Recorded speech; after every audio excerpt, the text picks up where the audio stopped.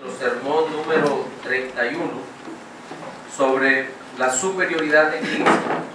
Hemos venido tocando este tema en la carta a los Hebreos y hoy vamos a continuar con este maravilloso tema. El título de nuestro sermón de hoy es El poder de la muerte de Cristo. Y quiero iniciar diciendo o hablando sobre el concepto de héroe que el mundo tiene usualmente, representa, o que ha impuesto. Y debemos decir que ese concepto de héroe es el concepto de un superhombre que es capaz de salvar a todos y, por supuesto, salir victorioso. Algunas ocasiones un poco herido, pero finalmente se muestra como inmune a la muerte. Ese es el héroe que nos presenta el mundo. La mayoría de los escritores de novelas y los guionistas de cine y la televisión son renuentes a mostrar la muerte como una posibilidad creíble en sus historias, porque de ser así, el anhelado final feliz no lo sería para su público, y de seguro los que lo ven o leen se sentirían frustrados con la obra. Por otra parte, en la historia de la humanidad, nosotros hemos observado muchos héroes que dieron su vida por otras personas con el fin de ofrecerles libertad temporal, cambiar las condiciones de vida terrenal o salvar a un grupo en una situación peligrosa. Sin embargo, estos sacrificios, aunque son sacrificios valerosos, tenemos que decir que han sido de ninguna utilidad en lo relacionado con cambiar el corazón del hombre y acercarlo a Dios. Creo que uno de esos ejemplos recordados sobre una muerte heroica aparece en la estrofa número 11 de nuestro himno nacional, en las dos últimas líneas, en donde dice: Ricaute en San Mateos, en átomos volando, de ver antes que vida, en llamas escribió. Solo recordamos eso de Ricaute, pero no tiene el poder para acercarnos a Cristo como ningún héroe lo tiene de acercarnos a Cristo. Y es que la muerte de nuestro Señor Jesucristo es la más clara manifestación de poder y superioridad que podamos imaginar, sobre todo por el valor de la misma para glorificar a Dios y, por supuesto, para beneficio de la iglesia. Pero esta muerte como tal dista mucho de ser el ideal heroico que la sociedad anhela, el libertador violento y vociferante, el que se manifiesta en los lugares más concurridos para ser reconocido, no tiene nada que ver con el humilde Mesías que optó por dejarse llevar sin decir palabras a la más dolorosa de las torturas, para así lograr mediante su muerte la salvación y la herencia eterna que ninguno de los héroes temporales puede darnos a los hombres. Vamos a leer el texto que servirá como base para nuestro sermón dominical de hoy y se encuentra en la carta a los Hebreos. El capítulo es el capítulo 9 y vamos a leer los versículos 15 al 17.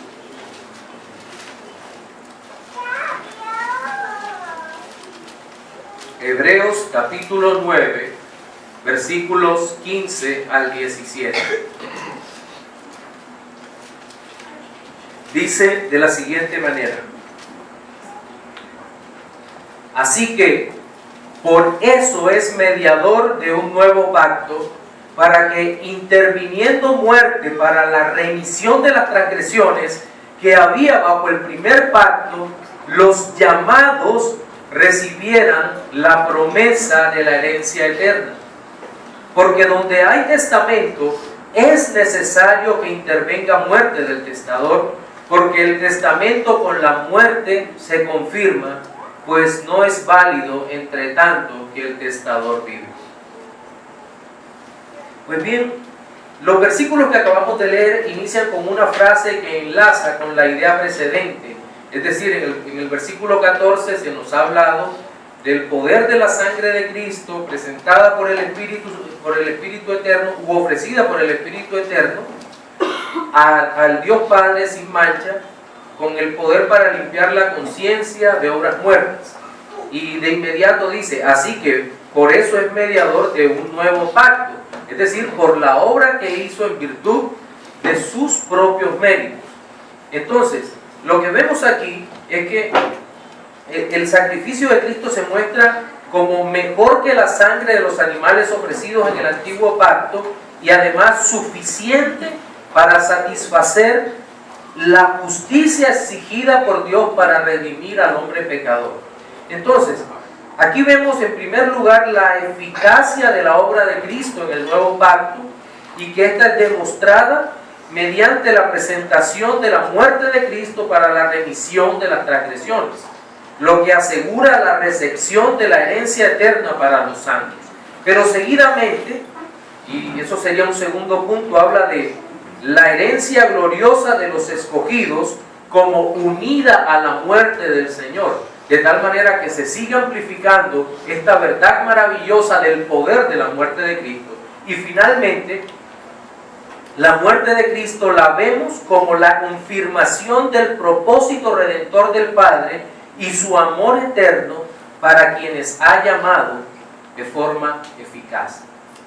La muerte de Cristo es presentada en esta parte del libro como la más grande victoria para el hombre redimido, pues mediante la sangre derramada el Señor estableció el nuevo pacto. Tres aspectos de la muerte de Cristo, del poder de su muerte, relacionados con la superioridad del nuevo pacto, lo vamos a exponer hoy. Y empezaremos con la siguiente declaración. La superioridad de Cristo en el nuevo pacto es demostrada mediante la eficacia de la muerte expiatoria del Hijo de Dios.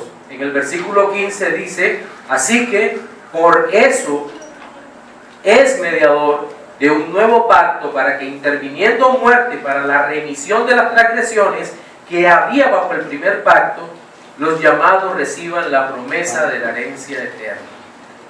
Aquí el autor de la carta a los Hebreos ya había dicho que el nuevo pacto era mejor que el anterior debido a que tenía mejores promesas. El nuevo pacto tiene mejores promesas, pero ahora demostrará esa superioridad bajo el poder de la muerte de Cristo. Y si usted empieza a comparar los dos pactos como tal y compara el objeto del sacrificio, va a encontrar una primera gran diferencia en cuanto a superioridad. Y lo primero que tendremos en cuenta es que el sacrificio presentado por Cristo es superior a la de cualquiera de los animales del Antiguo Testamento, porque los animales del Antiguo Testamento eran simplemente una señal, un símbolo que apuntaba a un sacrificio superior, es decir, un sacrificio perfecto espiritualmente, que es el de nuestro Señor y Salvador Jesucristo. Esto es muy significativo porque desde el Antiguo Testamento nuestro Señor es presentado como el Cordero de Dios que quita el pecado del mundo. ¿Recuerdan lo que dijo el mismo Juan el Bautista? He aquí el Cordero de Dios que quita el pecado del mundo. Es decir, lo comparó con un animal perfecto que estaba siendo llevado al matadero para morir por el pecado de su pueblo. Isaías lo presenta de forma dramática en su libro, cuando en el capítulo 53, desde el versículo 5 hasta el 7 dice, mas él herido fue por nuestras rebeliones, molido por nuestros pecados, el castigo de nuestra paz fue sobre él, y por su llaga fuimos nosotros curados.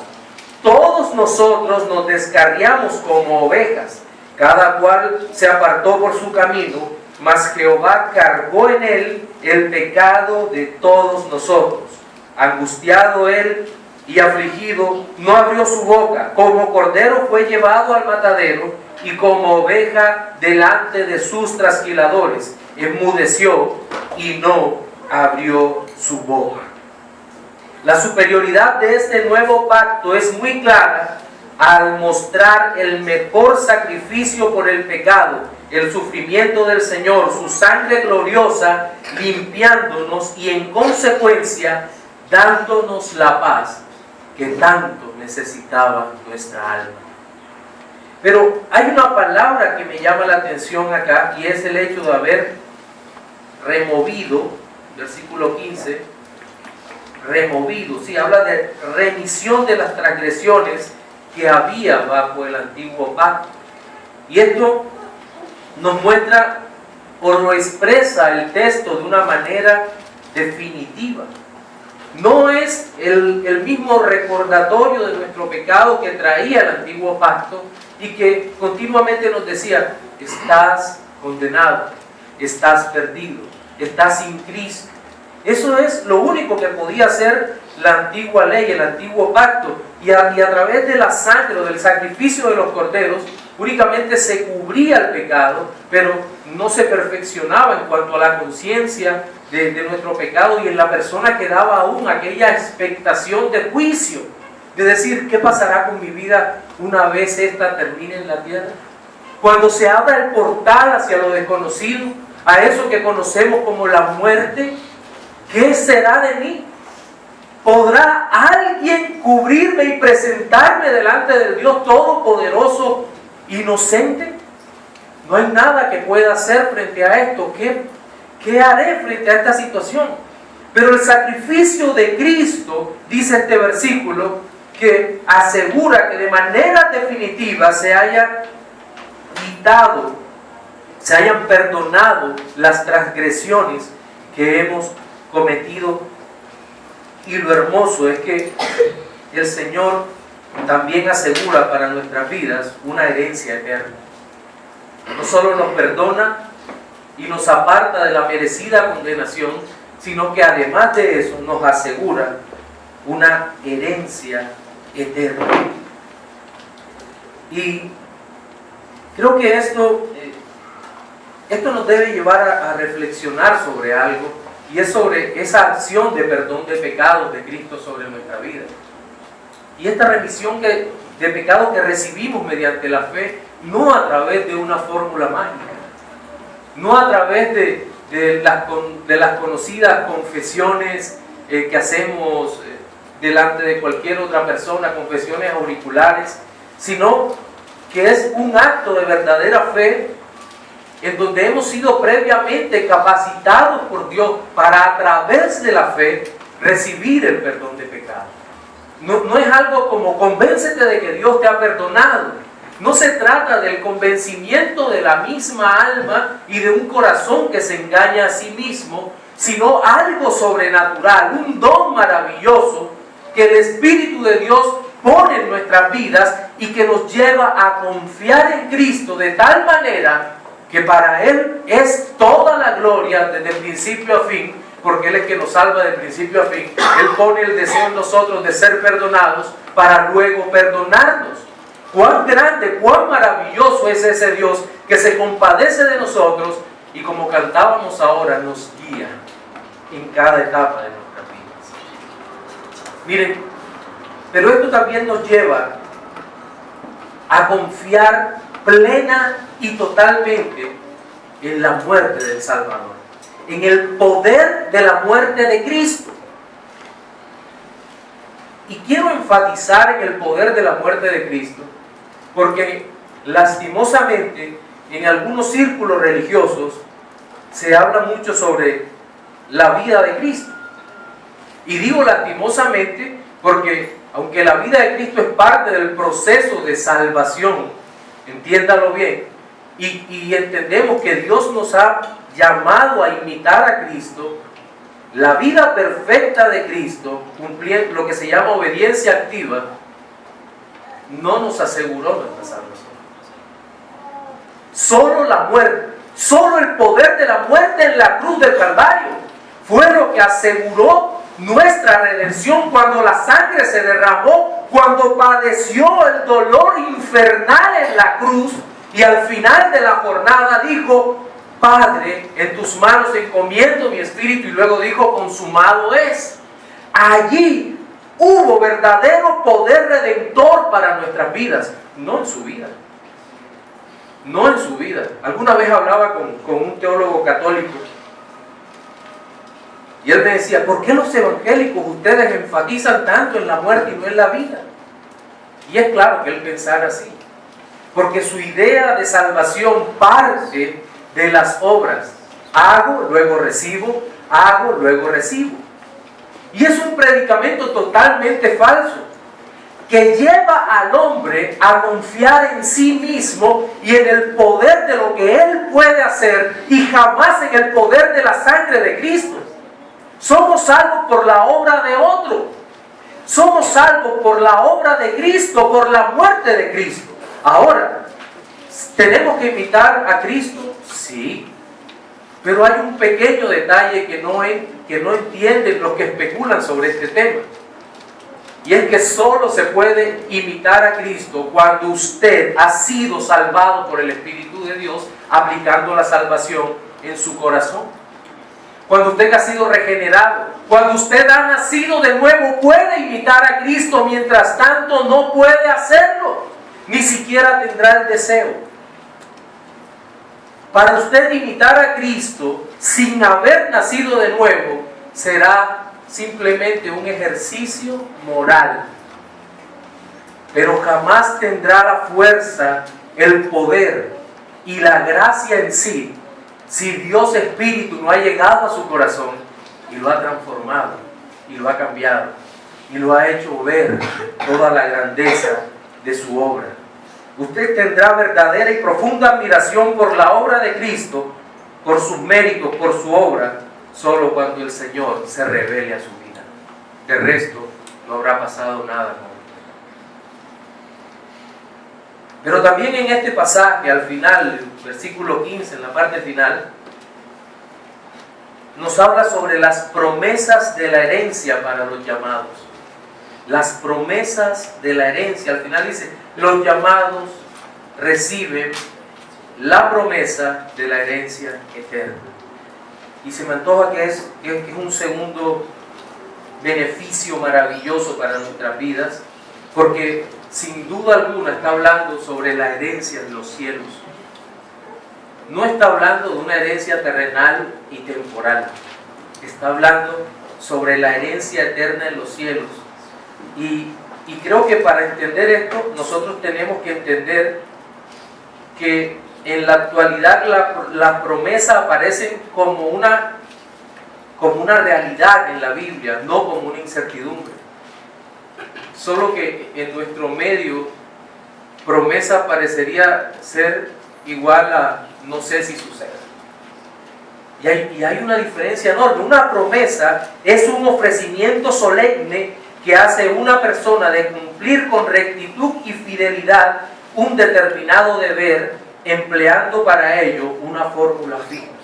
Eso es una promesa, es algo totalmente seguro, pero incertidumbre denota falta de seguridad o certeza en la ocurrencia de un evento en particular, de tal manera que lo uno y lo otro son cosas totalmente diferentes. Una promesa jamás puede estar llena de incertidumbre. Teniendo eso en mente, podemos hacer nuestra primera aplicación de hoy.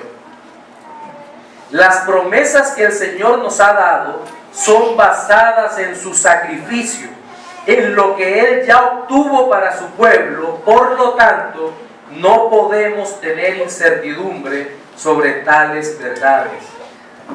También es necesario recordar que nuestra salvación hoy no es una promesa, es una realidad en Cristo.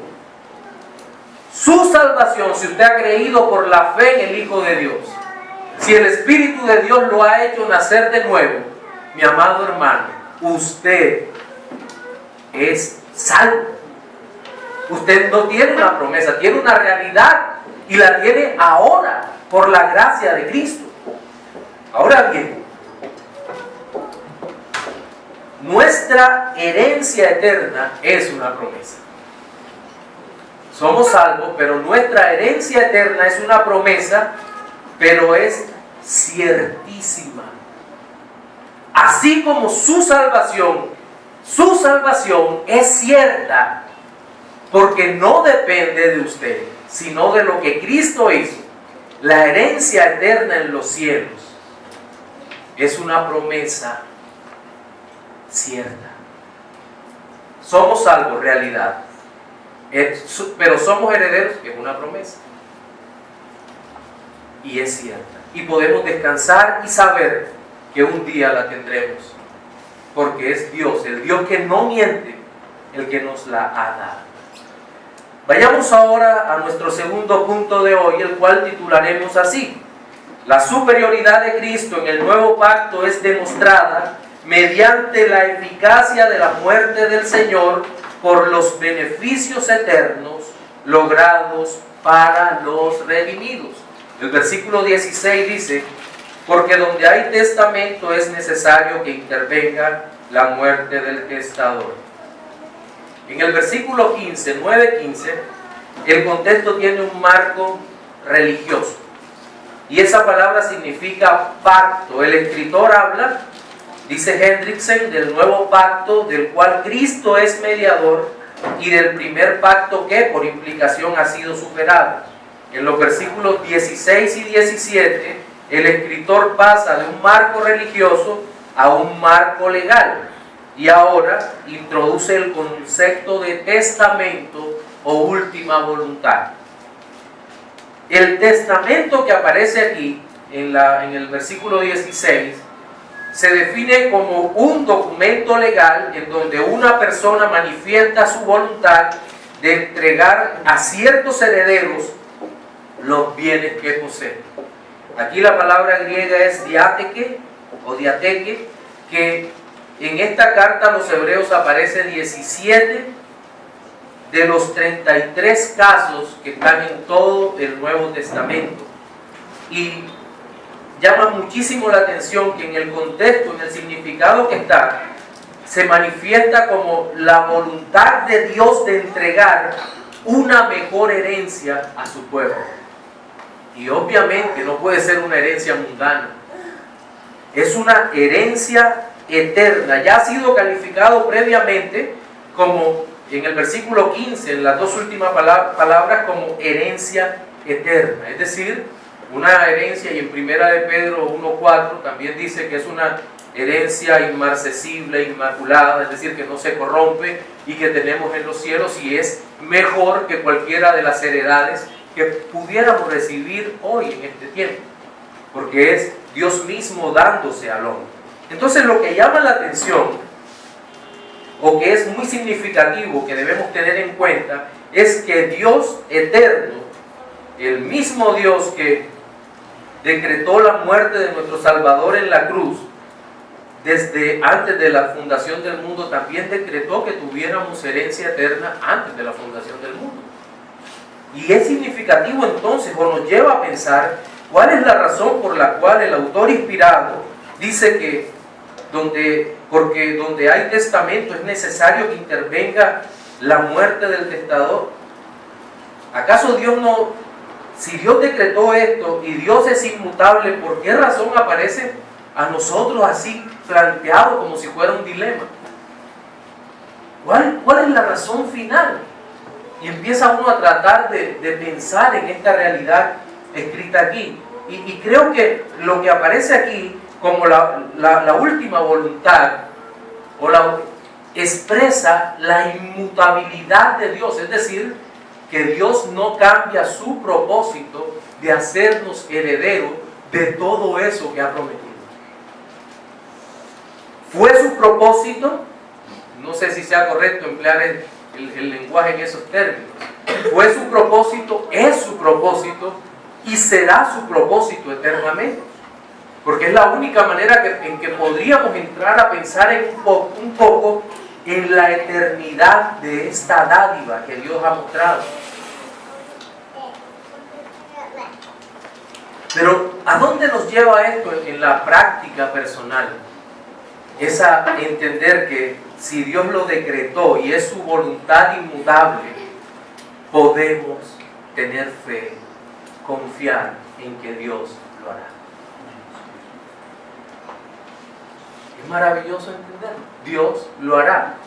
¿Y por qué sabemos que Dios lo hará? Podemos emplear toda una argumentación elaborada Y creo que tenemos la obligación de tratar de entender la palabra de Dios, porque para eso no nos dio y para eso nos hizo personas pensantes.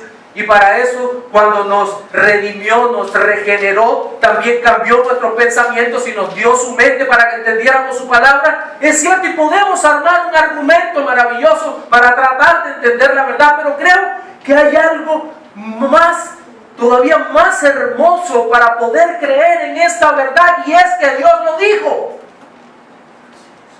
Si no puedo entenderlo todo, mi esperanza no debe estar en lo que puedo comprender, en lo que puedo entender, en lo que puedo captar de la palabra de Dios, sino en que Dios lo dijo, y eso debe ser suficiente. ¿Por qué creemos que Dios cumplirá todo lo que ha prometido? Porque Él lo dijo, y es suficiente. Ahora, también llama la atención este tema de la muerte del testador. Porque donde hay testamento es necesario que intervenga la muerte del testador. Sobre esto tendremos que hablar nuevamente, pero llama la atención que el cumplimiento, o lo que aseguraría que la promesa se cumpliera en cuanto a la salvación, era la muerte de una víctima perfecta, la muerte del Hijo. Era necesario, miren esto, legalmente es necesario que para obtener algo que nos han dejado en un testamento, muera el que lo deja. Si no es letra muerta, no tiene ningún valor. Y llama la atención esto porque Dios, que deja la herencia a sus escogidos, la única forma, piense esto, Dios decretó que recibiéramos todas estas cosas, pero mire la manera como decretó que recibiéramos estas cosas. La única manera en que podíamos recibir todas las promesas de Dios era mediante la muerte de su propio Hijo.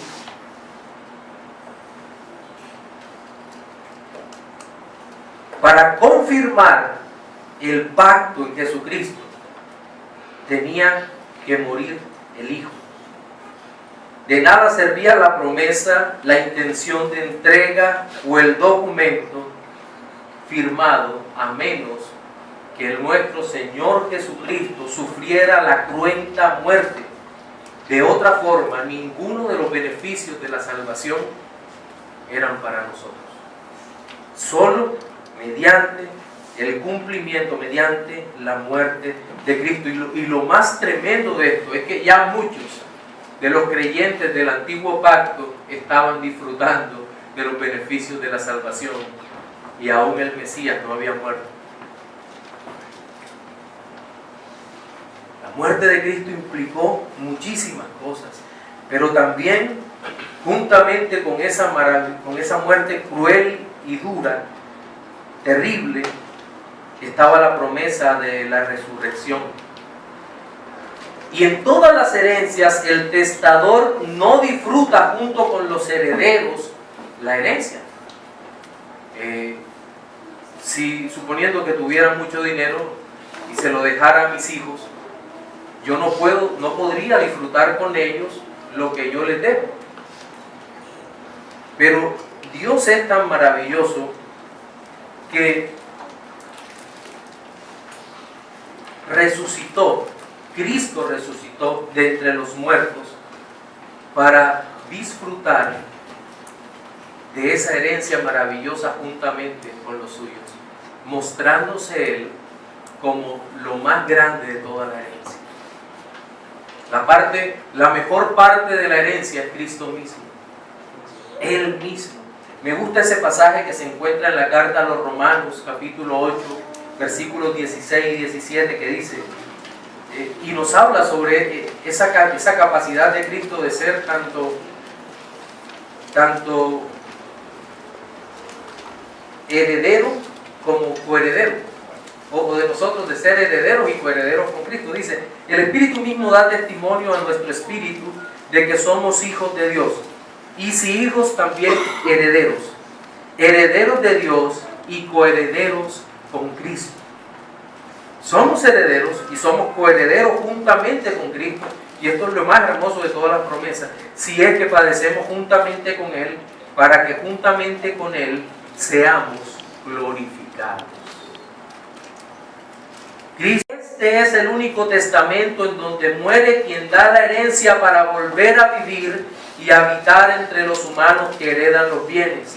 Esta es la gloriosa manifestación del amor de Dios, pero también de su gracia, misericordia y verdad. Una segunda aplicación para este segundo punto o aspecto. Cuando meditamos sobre las promesas dadas por el Señor, notamos que la herencia en gloria que Él preparó para nosotros no tiene que ver con la posesión de riquezas terrenales que ciertamente se corrompen con los años. Por el contrario, nos encontramos aquí con la oferta de vida eterna que es solo en Cristo, un cuerpo espiritual para poder vivir juntamente con Él, un hogar eterno en donde el amor de Dios hacia su creación redimida sea dada en cada momento, pero sobre todo Cristo se muestra a Él mismo como la gran herencia gloriosa de sus amados. El último de los aspectos que deseo tratar lo podemos denominar así.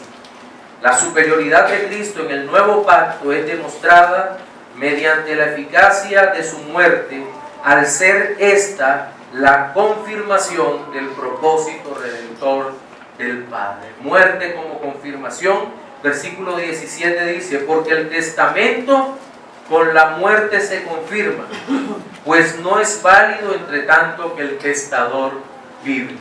Lenguaje jurídico fuerte, ¿verdad? La pregunta que nos tendríamos que hacer, porque no todos los intérpretes están de acuerdo, y yo estoy siguiendo una línea particular, creyendo por el texto mismo que hay un juego de palabras interesante entre pacto y testamento y que no tienen necesariamente el mismo significado.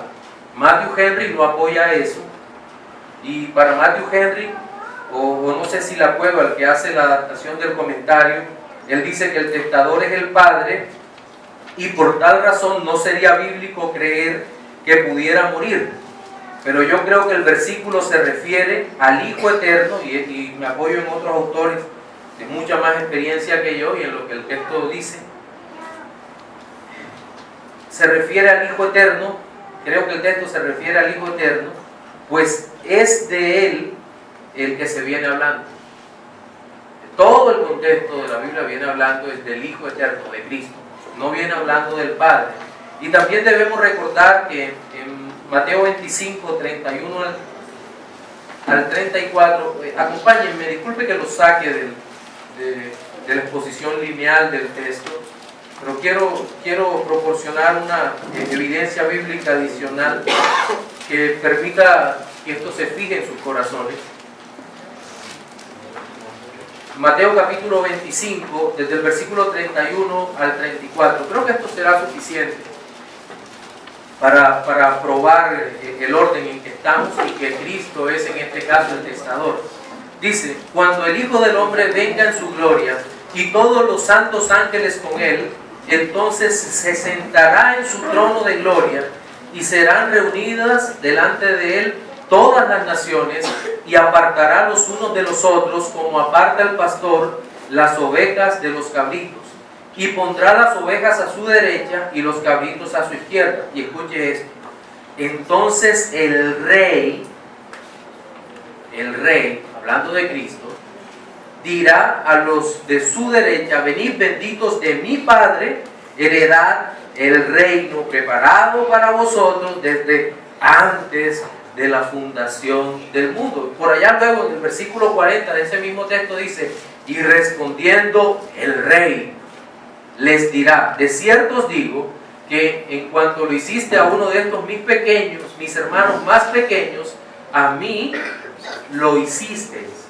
Es decir, creo que el error de Henry, y disculpe que entre en un aspecto netamente interpretativo, es tratar de separar el reino y lo que Dios da entre el Padre y el Hijo. Teniendo eso en mente, entonces sí podemos avanzar en nuestra exposición.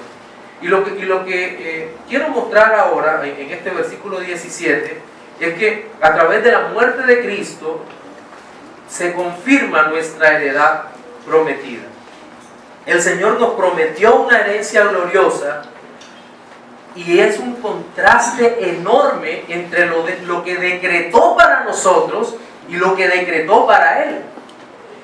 Para nosotros, los redimidos, aunque suframos un poco o mucho en la tierra, cualquiera sea la aflicción que vivamos, también es cierto que el padecimiento no es comparable con los padecimientos y la muerte del Salvador.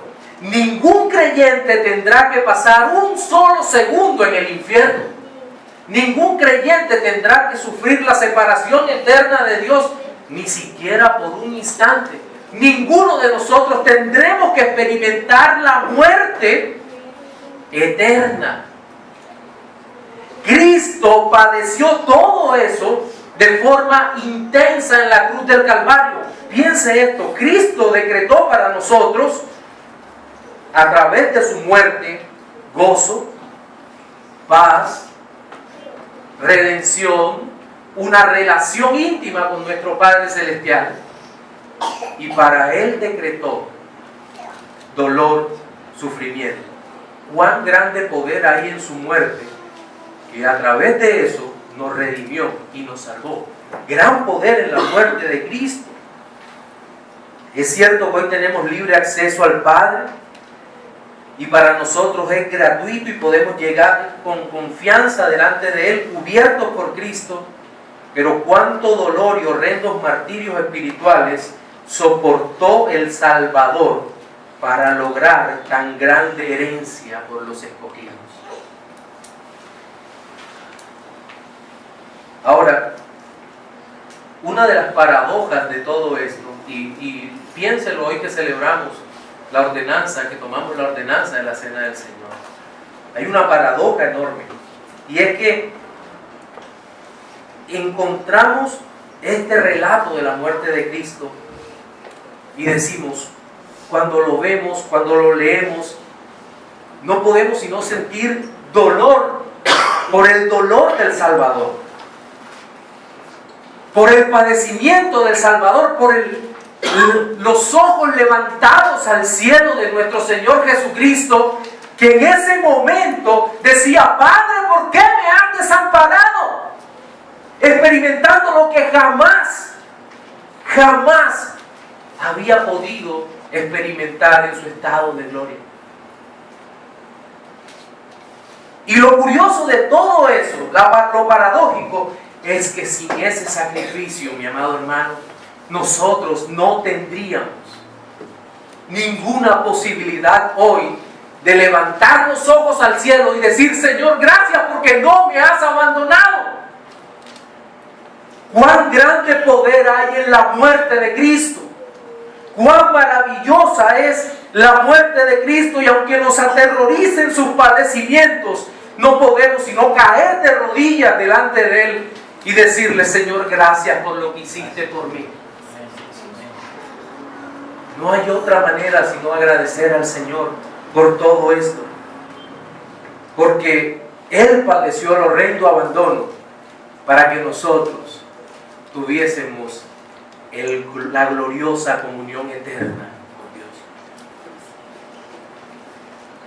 Finalmente, en este punto, quiero que veamos cómo se rompe una idea comúnmente divulgada por otros que especulan de manera teológica, y es aquella que dice que si el Señor hubiese sido recibido por su pueblo como el Mesías, de inmediato se hubiera inaugurado el reino eterno en la tierra.